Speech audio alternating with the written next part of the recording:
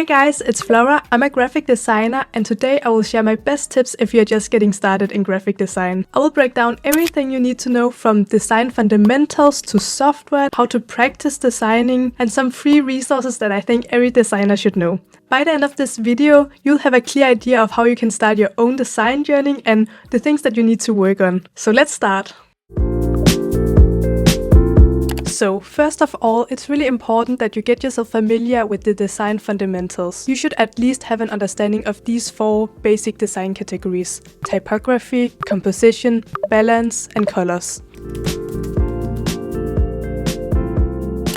For typography, you need to familiarize yourself with different typefaces, sans serif fonts, serif fonts, display typefaces, and so on. You should also know about font pairings and practice pairing fonts on your own and making combinations that look good together. Hierarchy in typography is also super important, so you should practice that. And you should know what basic terms such as leading and tracking means. If any of these terms are unfamiliar to you, you should definitely look them up because it's really important that you get to know the fundamentals. For composition, you need to know about alignment and layout. You should get yourself familiar with using columns and grids. Other phrases that are really important are gutter, bleed, and baseline grids for publications. For balance, you need to know about white space and why it matters, and you need to know that different shapes are perceived optically different even if they are the same size.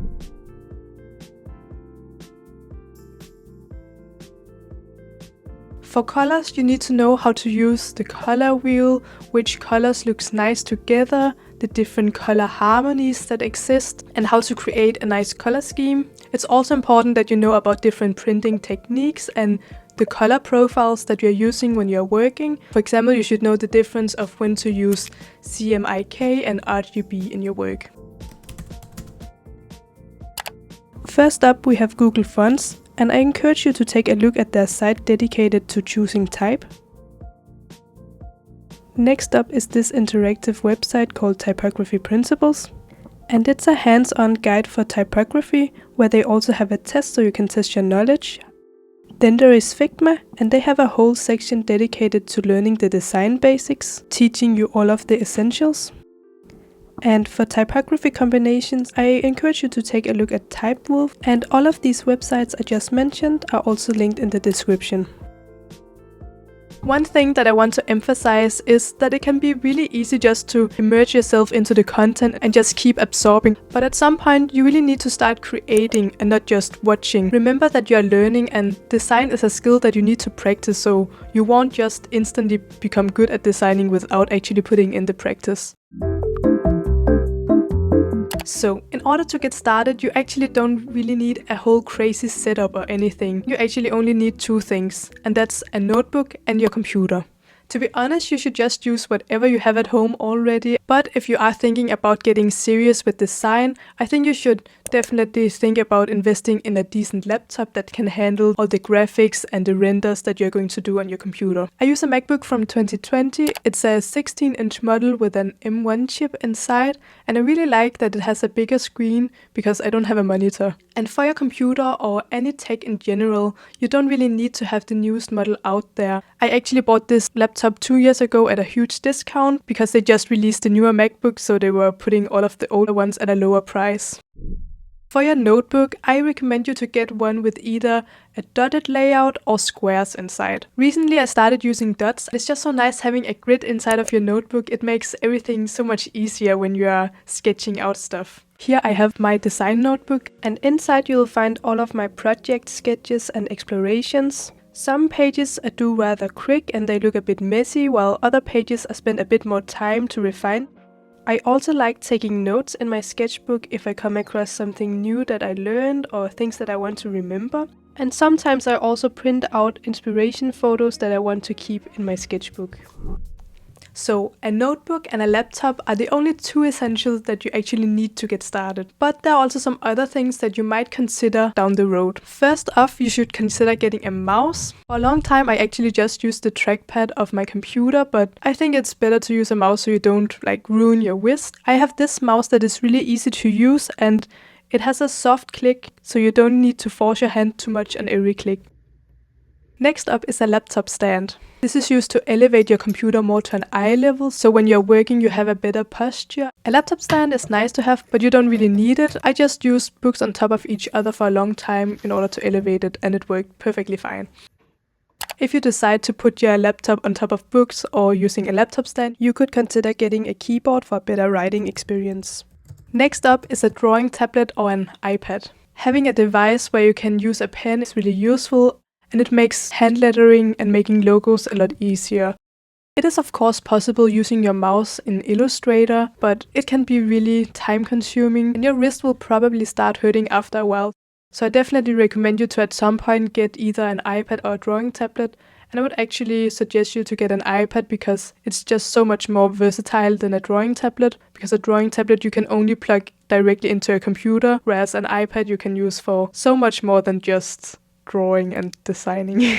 I'm using this iPad from, I think it's from 2017 or something, and it's still holding up to this day. I actually bought it refurbished, so it was much cheaper than buying it from new. And that's actually something that I really encourage you to do if you don't have the biggest budget, because it can really save you a lot of money. And the thing still works, so why not get it a bit cheaper than paying full price? Next up is some kind of external hard drive.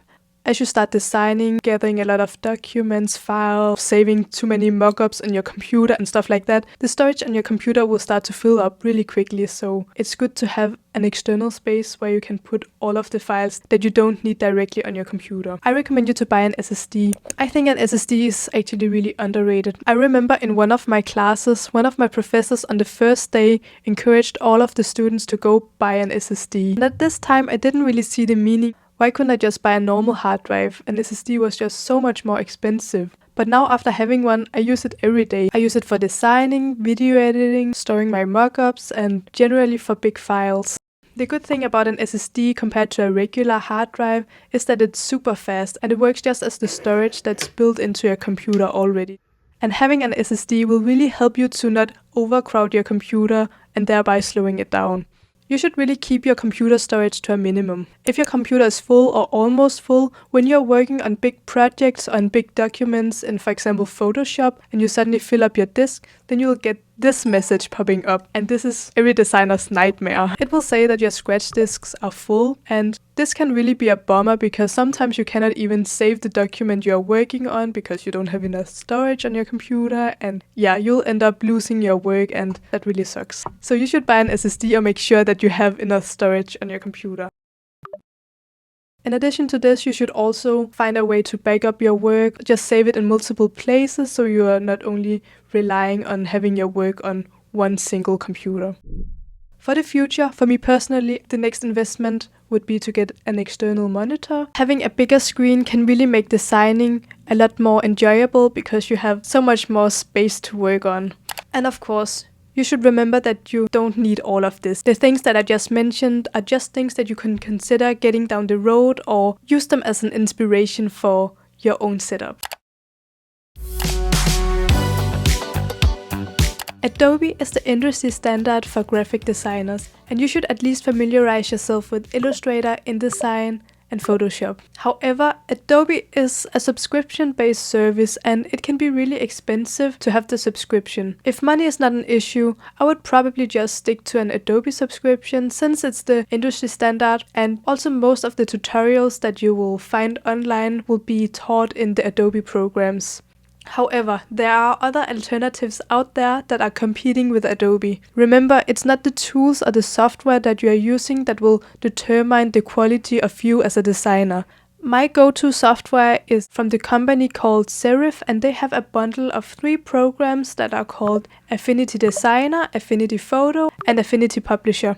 These programs are just a one-time purchase, and in comparison to Adobe, they're a lot cheaper. It's a really good value for money, and these programs can do almost everything that Adobe is also doing. One thing, however, that's included in the Adobe subscription that is a really good asset to have as a graphic designer is Adobe's font library, Adobe Fonts. Adobe Fonts has a lot of high-quality typefaces from well-known type foundries, so it's probably the thing I miss the most after not having an Adobe subscription anymore.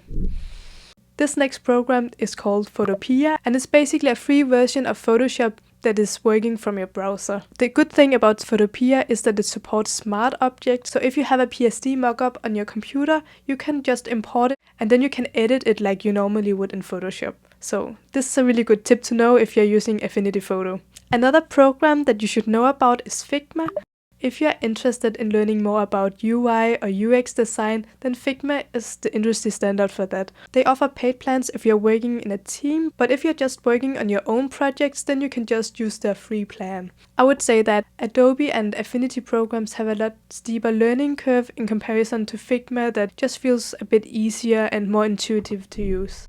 For the iPad, you probably have heard about Procreate, and I think it's the best app for the iPad for drawing or making illustrations. There are also versions of Illustrator or Photoshop for the iPad, but personally I don't really use them since I'm always just using the full version of the app on my desktop. So what program should you use for your design project? And this is a really good question. Ask yourself, what is your budget and how much money do you want to spend on software? We have Adobe on one side of the scale and then Affinity or Figma on the other side of the scale. So it really comes down to your personal preference. For the most part, when doing graphic design, I find myself using either Illustrator or Affinity Designer the most. So now that you know the design basics, you might be asking yourself, so where do I actually start? And creating on your own can be really overwhelming. It's easy to get discouraged if the things that you create don't turn out the way that you imagined them. One exercise I think is talked about way too little is an exercise where you are copying from the pros. This means that you are finding some designs that you admire and then you'll try to recreate them whilst at the same time studying how they made the design and which design elements put the design together. In order to get better, you need a reference of what good design is. It's exactly the same thing with drawing. You cannot expect that just by imagining how a bicycle looks in your head, you'll be able to fully recreate it with pen and paper. You need a reference in order to fully understand what you're drawing and where everything is placed in relation to each other. By studying designs that you find truly inspiring, you will much faster learn the basic design principles and be able to translate the same principles into your own work. I don't say that you should fully copy other people's designs and upload them as your own. Just get inspired by what other people are creating and try to see this as an exercise for yourself that will help you improve your skills by observing how other people design. Another small exercise you can make is to create your own posters. This is great for practicing typography, alignment, hierarchy, and composition. If you, for example, stumble across a nice quote during the day, you could use this quote as a base for your poster so you have some text to work with. Another thing you could do is to join branding challenges on Instagram, and this is a really good way to reach out and be part of a design community and see what other people are creating. Another thing that you might be asking yourself is, do I need to go to design school or not? And the short answer is no. When it comes to the design industry, future employees won't look at your degree or your grades. It all comes down to your portfolio and your skills. From my experience from former design jobs, there has always been someone who weren't formally trained or didn't go to design school. It just might take a bit more time and a bit more self-discipline. My experience with design school was that even though you're taught different subjects and have lessons, you will not be taught everything and you need to dedicate a lot of your own free time in order to improve. At my uni, we used to say that the most things we learned during our studies weren't actually from the professors, but from other students. Going to a design school isn't actually only for the lectures. It's really valuable being in a space together with other people in the exact same situation as you and getting to know other designers and learning from each other, giving each other feedback is where you will improve the most. And who knows, maybe you'll find someone that you will work with in the future. If you're self-taught, it's also important that you learn about the design process. In design school, there's a huge emphasis on the process, in some cases even more than the actual result. Get yourself familiar with the different design phases. Research to idea generation, to exploring, creating, iterating, and finalizing. A framework for the design process you should know about is the double diamond. This is something that you're always taught in design school, and it's something that you can familiarize yourself with, and it will help you structure your process much more. Also, it's super important to know how to argument for your design choices. I know sometimes you just make a choice based on your own preference or because you think that it looks better, but try to tell yourself while you're designing why you make the choices that you do. This will help you in the future because you're already used to reflecting upon your design choices. So, how do you get better at design? How do you actually improve? I hate to break it to you, but actually the only way you can get better is to practice. But you need to practice in a beneficial way. You can make the exercise that I mentioned earlier, which is to study designs that you admire and trying to recreate them. And also you should ask yourself, what kind of designer do you wish to become? Do you want to specialize in something, or do you want to be more of an all-round designer? And maybe you don't know yet. The beginning is all about exploring all of the options that you have available. Try as many things as possible. Learn new skills, watch videos online, and try out different design categories. You can try packaging design, editorial design, logo design, branding, UI design, motion design, photo editing, 3D design, whatever you're interested in. Of course, you don't have to try everything that I just mentioned, but you might be surprised once you try something new. You can also try designing using different design styles. You can try to design using a minimalist style, maximalist style, retro style, using only geometric shapes, Swiss style, brutalist style, and so on.